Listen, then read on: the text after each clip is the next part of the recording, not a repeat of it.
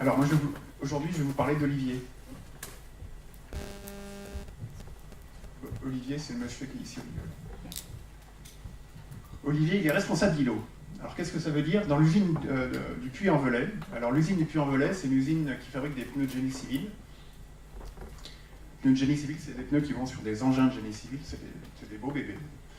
Ça ne va pas sur les 2 chevaux. Et responsable d'îlot, qu'est-ce que ça veut dire? C'est bon. Responsable d'îlot, l'usine elle est divisée en plusieurs ateliers, un atelier de préparation, un atelier d'assemblage, un atelier de cuisson. Et chaque atelier est divisé en aussi plusieurs îlots pour avoir des tailles humaines. C'est-à-dire qu'Olivier, il a sous sa responsabilité une 40aine de personnes.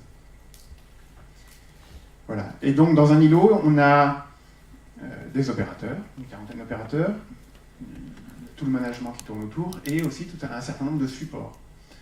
Supports sur l'environnement et prévention, sur les questions de personnel, les questions de qualité, de maintenance, etc. Et finalement, tout au long de mon intervention, on va se poser la question, mais pour qui c'est le plus difficile de changer? Est-ce que c'est pour les opérateurs? Est-ce que c'est pour les managers? Est-ce que c'est pour les supports? Finalement, pour qui c'est difficile de changer?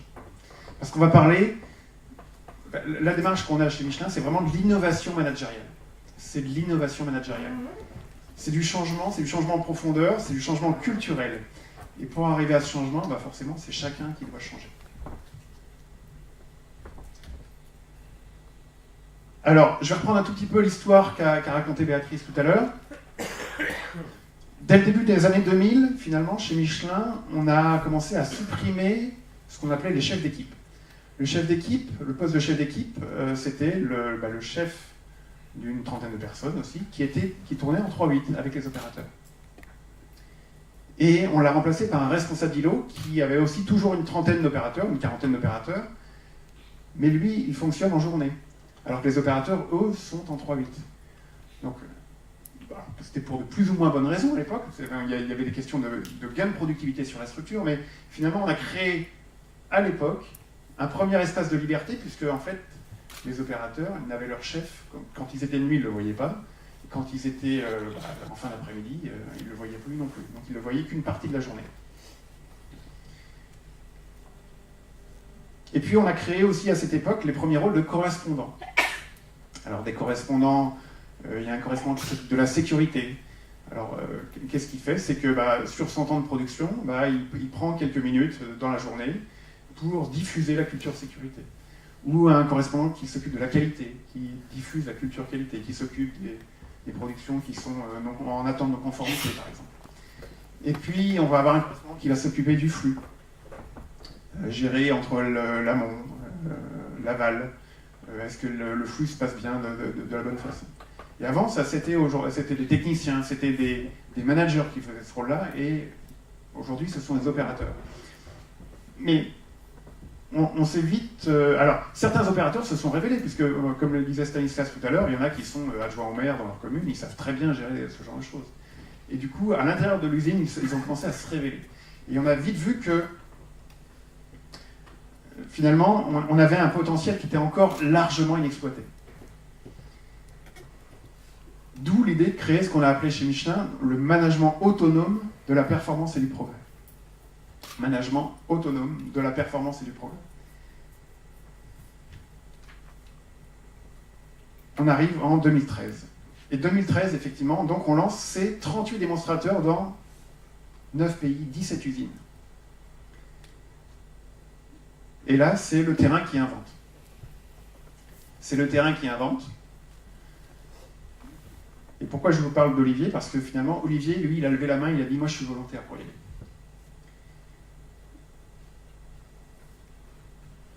Alors, comment il s'y est pris? Eh bien, il a réuni son équipe, ses équipiers. C'était un jour, ils avaient décidé de ne pas produire. Et ils se réunissaient entre eux. Et quelques années auparavant, il aurait sûrement posé la question « Ben voilà, j'ai réfléchi pour vous et je pense que je peux vous confier encore telle tâche et telle autre tâche. » Mais il ne s'y est pas pris du tout de cette façon-là. Il a inversé la logique. Il a dit « Si je veux vraiment... on est en management autonome de la performance et du progrès, Donc c'est vous qui pilotez la performance et c'est vous qui pilotez le progrès. Pour que vous puissiez piloter la performance et le progrès, qu'est-ce que vous avez besoin que je vous délègue? Il s'est mis au service de ses équipiers, et pas l'inverse. Donc il a quitté son rôle de hiérarchique à l'ancienne. Et puis, donc, les opérateurs, ils ont dit, mais qu'est-ce que tu peux nous déléguer, chef? C'est bien gentil, mais c'est quoi ton travail? Ah, c'est quoi ton travail, chef? Ben oui. Comment on va faire? Alors, eh ben c'est simple. Je vous propose la chose suivante. Il n'avait pas réfléchi à ça, il ne s'attendait pas à cette question-là. Il dit, qu'est-ce que je peux faire? Je peux vous faire vivre ma journée de travail. Donc il a pris 1, 2, 3 opérateurs qui l'ont suivi pendant 2 jours, avec juste un stylo, un carnet, à noter leurs interrogations. Ah tiens, on ne savait pas que tu faisais ça, on ne savait pas que tu avais des comptes à rendre à un tel, on ne savait pas que tu avais la pression sur tel indicateur, etc., etc. Ils ont joué à vie ma vie. Et finalement, de ce vie ma vie, il a recommencé une fois, puis une deuxième fois. Puis quand il avait fait passer avec lui suffisamment d'opérateurs, ils ont commencé à en faire une synthèse. Ils ont relevé 17 points. 17 points de choses qui finalement n'avaient jamais été traitées. Jamais. Le premier point qu'ils ont mis en évidence, c'est le suivant. C'est un opérateur qui dit, moi ça fait... On voit que tu fais l'équipement, tu répartis les gens sur les équipes. Et puis c'est toi qui gères les congés. Mais moi j'ai un souci, c'est que ça fait 35 ans que je tourne en 3-8, les horaires, matin, après-midi, nuit, matin, après-midi, nuit. Et physiquement, je commence à être vraiment fatigué. Qu'est-ce qu'on peut faire? Ça c'est un bon sujet. Donc il ne s'agit pas d'enlever toute contrainte et de dire, faites ce que vous voulez. Lui, Olivier, il a réfléchi à ces contraintes. Il a dit, finalement, moi j'ai besoin que dans chaque équipe, j'ai 2 contraintes. J'ai besoin d'avoir des effectifs répartis équitablement sur les 3 équipes, matin, après-midi, nuit, et puis que les compétences, elles aussi, soient réparties équitablement. Et puis pour le reste, organisez-vous. Vous rappelez le mot carte blanche. Il avait carte blanche il leur avait laissé carte blanche pour s'organiser. Et aujourd'hui, finalement, 4 ans après, sur les 40 opérateurs de l'îlot, il n'y en a plus que 8 qui tournent en 3-8. Les 32 autres, 80%, ils se sont arrangés. Soit ils tournent matin, après-midi, soit après-midi, nuit, en fonction de leur affinité. Et finalement, on en parlait ce matin avec Gilles, la question du conflit de génération. Et bien dans Stylo, ils ne sont pas en conflit de génération. Il y a une solidarité entre les générations, parce que les plus anciens, la nuit, ils ont du mal à le faire, les plus jeunes le prennent pour eux. Par contre, les plus jeunes, ils ont d'autres choses à apprendre, ils ont des choses à apprendre aux anciens, et les anciens ont des choses à apprendre aux jeunes. Et c'est vraiment frappant quand on va les voir, quand ils parlent, il n'y a pas de conflit de génération. Il n'y a pas de conflit de génération. Voilà, donc il a pris ce point-là, donc il leur a confié la gestion du présentéisme et des congés. Et voilà. Mais pour donner la gestion des congés, il faut plusieurs choses. Il faut que ceux qui s'en occupent, ils aient la connaissance de la polyvalence à l'intérieur de l'équipe. Il faut qu'ils connaissent bien tout le monde. Il faut aussi qu'ils aient de la visibilité sur le plan de production. Donc on commence à donner de la transparence, davantage de transparence sur finalement quelle est la production qui est prévue la semaine prochaine, dans 1 mois, dans 3 mois. Et la transparence de l'information, elle est clé aussi. Et puis, ces différents points, une fois qu'il a traité ce premier point, il a attaqué un deuxième, puis un troisième, puis un quatrième. Et finalement, Olivier, au fur et à mesure du temps, il a investi beaucoup de temps sur le terrain, mais il a gagné du temps. Il a gagné du temps parce que la marche courante, il s'en occupe de moins en moins, ce sont les opérateurs qui le font, et lui, il s'occupe des opérateurs. Il y a un îlot à côté de chez Olivier où ils ont écrit, leur slogan, c'est « Le chef s'occupe de nous, nous on s'occupe du reste ». Voilà, je pense que ça résume bien l'état d'esprit qu'on commence à rechercher. Et donc, Olivier, finalement, maintenant, il passe la moitié de son temps sur le terrain. La moitié de son temps sur le terrain, ce qui n'était pas du tout le cas avant. Donc lui, Olivier, il vit mieux. Et puis ses opérateurs le vivent mieux aussi. Et ce temps sur le terrain, finalement, c'est quoi? C'est du temps de proximité avec les opérateurs, comme la raison pour laquelle on a choisi ce métier de manager, d'être à côté des gens. Et puis, aussi chercher les irritants de demain. Et puis bien sûr, faire monter en compétence les opérateurs sur les nouvelles missions qu'ils réclamaient et qu'ils avaient besoin d'exercer. Voilà. Et puis à un moment donné, et c'est là où on va rencontrer une deuxième population dont je vous parlais tout à l'heure, c'est que les opérateurs, il y a certains qui ont commencé à dire, mais vous savez, chef, tu sais, l'ordonnancement. Alors l'ordonnancement, qu'est-ce que c'est? C'est la façon de dire que telle machine va produire tel pneu en telle quantité à telle période. L'ordonnancement qu'on reçoit du planning, il n'est pas toujours très bien fait, on s'en plaint beaucoup. Et peut-être que nous, on saurait le faire mieux que ce que fait le planning. Ah, très bien. On va aller voir le planning. Donc, ils sont allés voir le planning. Mais voilà, dans le cadre de notre expérimentation, on voudrait essayer de faire l'ordonnancement par nous-mêmes. Et alors là, ils ont été bien reçus. Halte là, c'est notre expertise, c'est nous qui savons, et vous avez besoin d'informations que vous n'avez pas, vous allez à la hauteur de vue, etc. etc. Ils se sont heurtés à ce mur-là. Alors là, Olivier, il a été habile, il a feinté. Il a dit « Oui, très bien, tu as raison, effectivement, c'est ton métier. Par contre, moi j'aimerais que mon opérateur, il gagne en culture d'ordonnancement. Est-ce qu'il peut aussi venir pendant 2 jours chez toi, jouer à vie ma vie, et que tu lui expliques ton métier. Ah ben, voilà, très bien. Sois le bienvenu. Et donc, le technicien du planning, il a pris en 2 jours l'opérateur. Et à la fin des 2 jours, c'est lui qui disait, mais finalement, il connaît bien mieux que moi les contraintes de l'atelier. Et oui. Donc, par ces 2 jours de vie ma vie, l'opérateur a su gagner la confiance de l'ordonnanceur. Voilà, il faut arriver à faire parler les gens tous les uns avec les autres. Il y a un autre rôle qui est important dans un îlot, c'est l'organisateur industriel. L'organisateur industriel, c'est celui qui met à jour la question de savoir combien de temps il faut pour fabriquer quel pneu. C'est clé parce qu'on change beaucoup on fabrique une grande diversité de pneus et tous les pneus ne mettent pas le même temps à être fabriqués. Et du coup, ce standard à le maintenir, c'est compliqué. Dans un certain nombre de cas, les relations sont difficiles entre l'organisateur et les opérateurs. Eh bien, Olivier, il a invité l'organisateur, au tout début de sa formation, à venir apprendre à faire des pneus pendant 1 semaine, au milieu des opérateurs. Voilà. Et après, depuis, ça fait 4 ans qu'ils travaillent ensemble, les relations sont excellentes. Parce que l'organisateur fait partie de l'équipe. Et au début, effectivement, les opérateurs lui disaient, mais ils se moquaient un peu de l'organisateur qui venait apprendre. Et puis dès le 2e jour, il disait, mais fais plutôt comme ça, c'est un métier très manuel.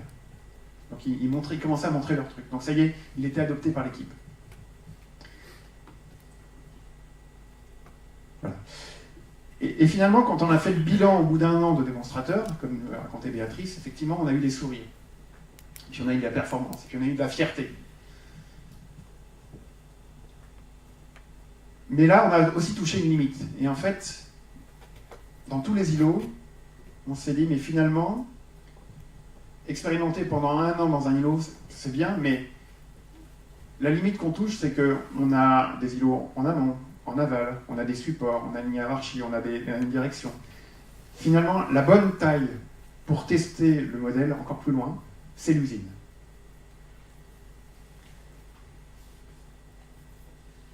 Et donc, il faut tester l'usine. Et donc, à partir de 2014, on lance chez Michelin 6 sites pilotes, dont le site du Puy d'Olivier, ça tombe bien. Et là, c'est l'ensemble de l'usine qui va prolonger l'expérience.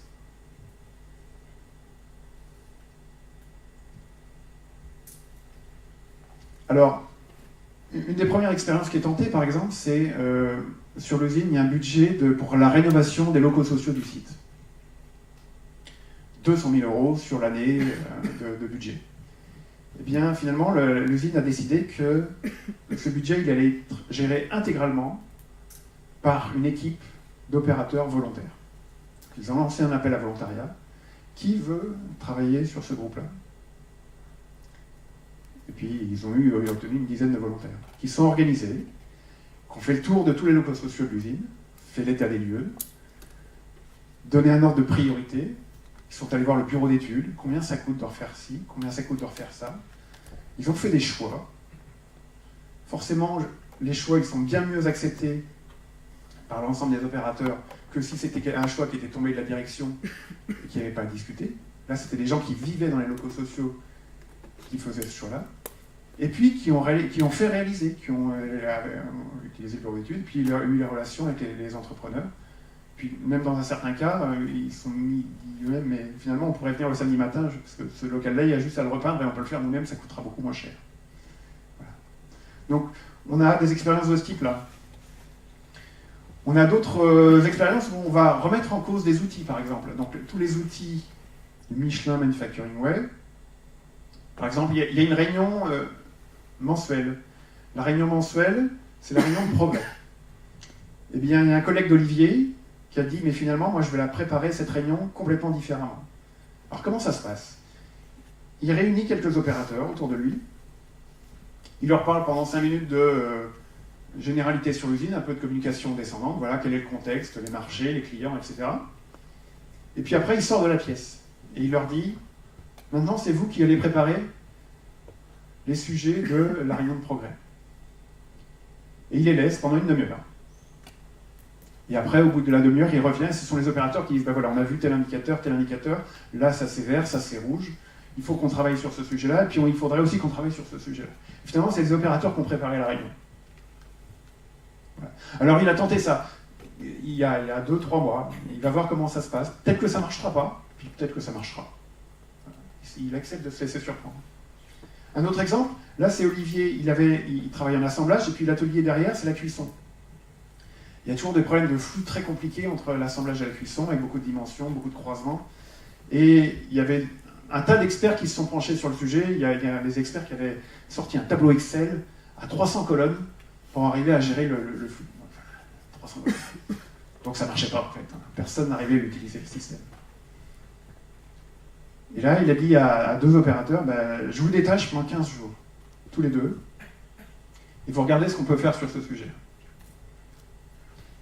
Quand on interroge les opérateurs, après, ils disent, mais comment vous l'avez vécu? Et alors là, ils disent, ouais, on avait la pression. On avait la pression. On était 15 jours sortis de notre machine, de notre environnement. On avait l'impression. Il fallait qu'on obtienne un résultat. Et alors, la première préconisation qu'ils ont faite, c'est la suivante. Ils ont dit, ben, chez nos collègues de la cuisson, finalement, il faudrait qu'ils aient notre numéro de téléphone sur leur feuille de production, parce que on arriverait à régler tout un tas de problèmes. Un système expert qui gère tous les cas, finalement, ben, nous, on sait les gérer aussi, tous les cas. Il suffit juste de téléphoner. Alors, ils n'ont pas proposé que ça. Mais ils ont proposé ça, c'était vraiment leur première grosse proposition, qui a résolu 80% du problème. Voilà. Vous imaginez aussi, à la place d'Olivier, il détache 2 personnes pendant 15 jours, ça coûte. Et à la fin, ils arrivent avec une proposition comme ça, il faut mettre un numéro de téléphone. Il faut être solide quand même, il faut arriver à le défendre, cette proposition. C'est pas simple. Voilà. Et puis non, au niveau de l'usine, on parle d'innovation managériale, bah, ça s'accompagne. Alors il y a une personne qui est à plein temps, qui accompagne les managers qui les suit, qui leur fait un effet miroir sur comment ils se comportent, qui organise des réunions toutes les semaines, 1 heure par semaine sur un thème, avec presque rien au départ, mais juste un sujet pour que les managers discutent entre eux sur leur pratique. Le thème aujourd'hui, ça peut être comment je fais confiance, ou comment je délègue, ou comment je montre mon niveau d'exigence. Voilà. Et les managers ont besoin de parler, parce que quand on est manager, finalement, on est un peu seul face à ces problèmes.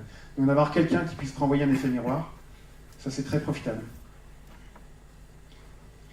Et puis on accompagne aussi tout le reste de l'usine. Et alors là, l'usine a créé un programme de formation qui s'appelle OSER. Comment ça se passe, OSER? On fait appel à des volontaires. Pour dire qui veut suivre ce programme de formation. On cherche une dizaine de volontaires. Alors il y a des opérateurs, il y a des techniciens, il y a des managers. On fait attention qu'il n'y ait pas de relation hiérarchique directe entre les 10 participants. Mais ils sont 10 participants.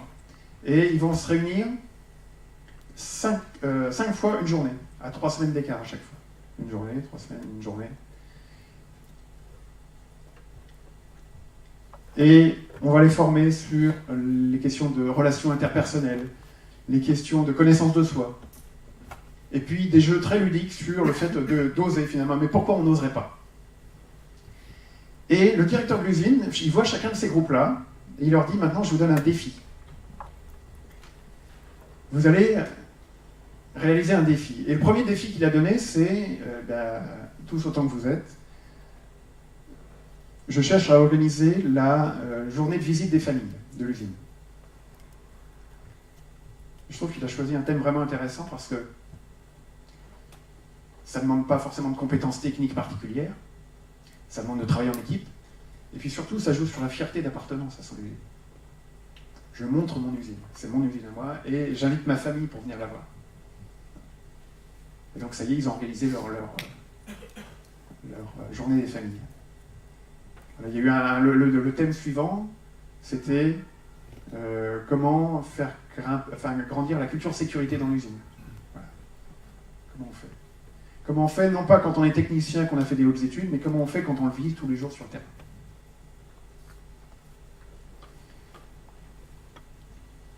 Voilà. Et puis, l'usine aussi organise énormément de communication sur le sujet. Pas forcément des grands-messes dans des grands amphithéâtres, mais une petite feuille de chou toutes les semaines qui s'appelle les petits pas du management du MAPP, du management autonome de la performance et du progrès. Alors, ça peut être des réussites, mais ça peut être juste des expériences qui sont tentées, qui réussiront, qui ne réussiront pas, mais on en fait de la publicité. Voilà, pour donner envie à tout le monde. Voilà, alors j'aurais pu, je vous ai parlé d'Olivier et de l'usine du Puy, mais j'aurais pu vous parler tout aussi bien, voilà, de Wilfried, qui est dans une usine en Allemagne, ou de Andrzej, qui est dans une usine en Pologne, parce que les expériences qu'on a sur l'usine du Puy-en-Velay, effectivement, on les a aussi dans d'autres usines. Mais plutôt que de parler pour eux, on a une petite vidéo, et c'est eux-mêmes qui vont parler.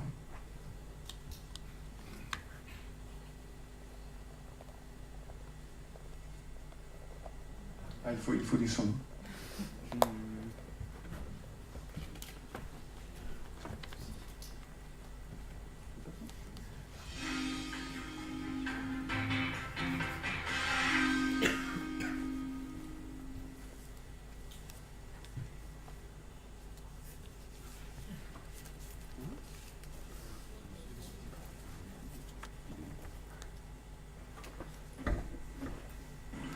Und so schnell wie möglich.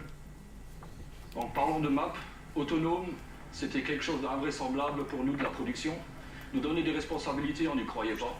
Suite à différents workshops et des réunions où j'ai participé moi-même, on a réussi à défendre un petit peu notre cause et montrer un peu qu'on a du savoir-faire dans les ateliers chez nous. Ça nous permet d'avoir plus de disponibilité, plus de responsabilité, la qualité, la sécurité, la production. On réagit à temps zéro, on n'a plus besoin de passer par les coups de téléphone. Bisher haben wir, wenn wir Probleme hatten, immer den Chef mit einbezogen. Jetzt versuchen wir, diese Probleme im Team zu lösen.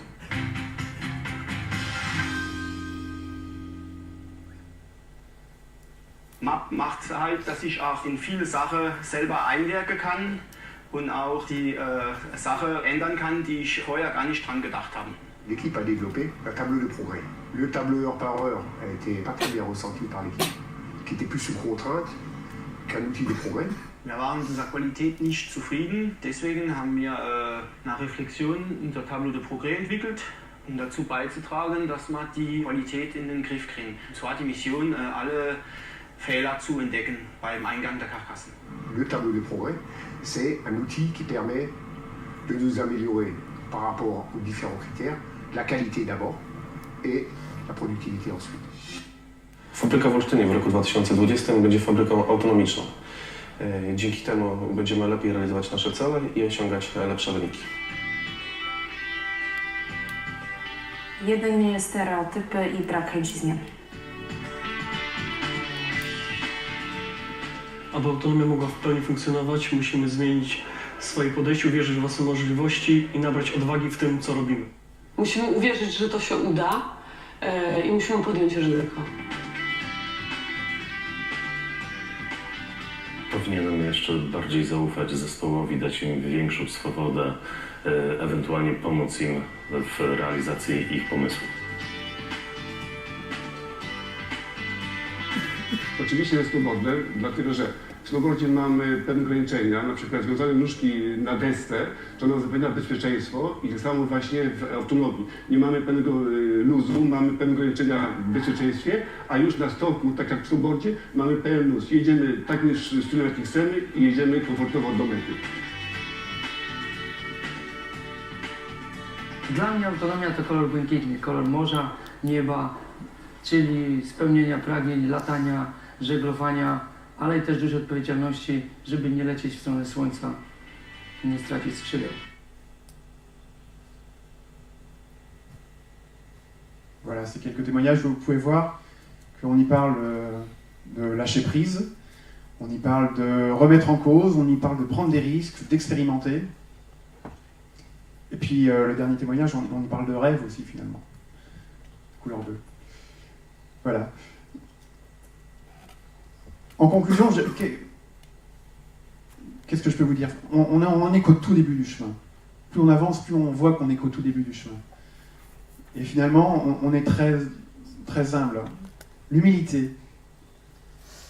Il y a forcément l'humilité des opérateurs qui acceptent de changer leur façon de faire. Il y a l'humilité des services support qui acceptent de donner une part de leur savoir, de leur information.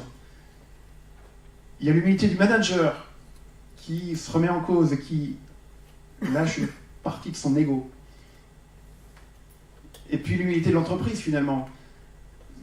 C'est une démarche qu'on met en haut de l'affiche et pourtant il n'y a pas de plan de déploiement, il n'y a pas de date butée, il n'y a pas de référentiel, on n'a pas l'habitude de ça. Et finalement c'est peut-être aussi la meilleure chance de succès de la démarche, de s'obliger à avoir quelqu'un en face qui dit « je suis volontaire et je veux avancer sur le sujet ». Voilà. Et finalement, voilà, j'ai avancé. La question du début, je vous la repose finalement, pour qui c'est le plus difficile de changer? Je vous remercie beaucoup.